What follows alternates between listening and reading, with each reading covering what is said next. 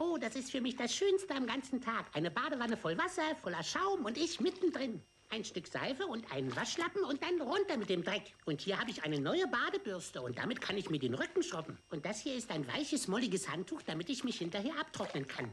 Aber dann gibt es eben noch etwas, was die Badewanne zum schönsten Platz auf der ganzen Welt macht. Könnt ihr euch denken, was es ist? Das ist ein sehr, sehr guter Freund von mir. Ja, mein ganz besonderer Liebling ist das.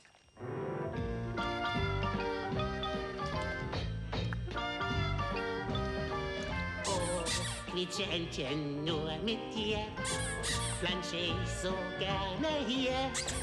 Quietscheentchen, ich hab dich so furchtbar lieb.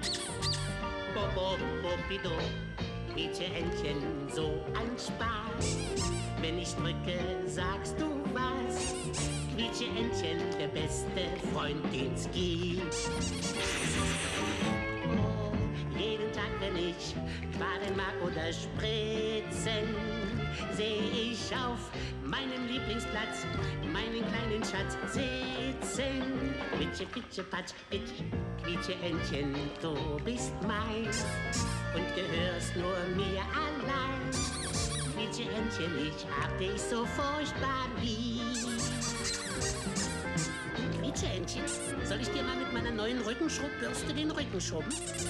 Du willst? Dann los. Schön so. Die Ohren müssen wir aber auch waschen.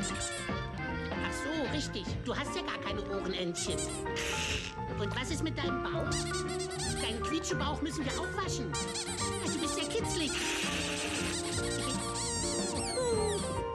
Oh, jeden Tag, wenn ich baden mag oder spritzen, sehe ich auf meinem Lieblingsplatz meinen kleinen Schatz sitzen.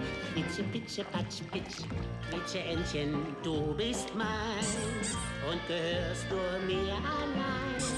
Quietscheentchen, ich habe dich lieb. Quietscheentchen, ich hab dich so furchtbar lieb.